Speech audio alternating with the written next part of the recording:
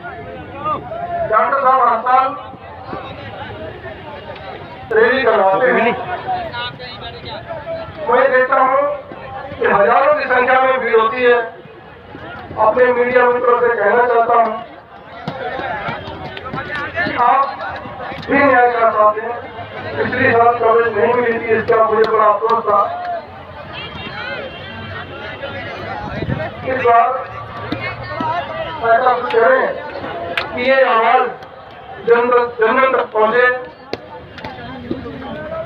और supreme court तक, हमारी सरकार तक ये आवाज पहुंचे कि जो हो रहा है न्यायपालिका में वो ठीक नहीं हो रहा। हमें इस पर सोचना होगा, विचार करना होगा, नीति बनानी होगी। अभी बहुत सारे लोग आ रहे हैं, काफी बसें आ रही हैं। पिछली बार बहुत सारी संख्या की तादाद में आज वर्किंग डे होने की वजह से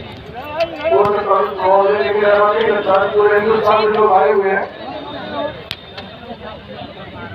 ये परेशानी अभी तक सिर्फ अनुसूचित जात, जनजात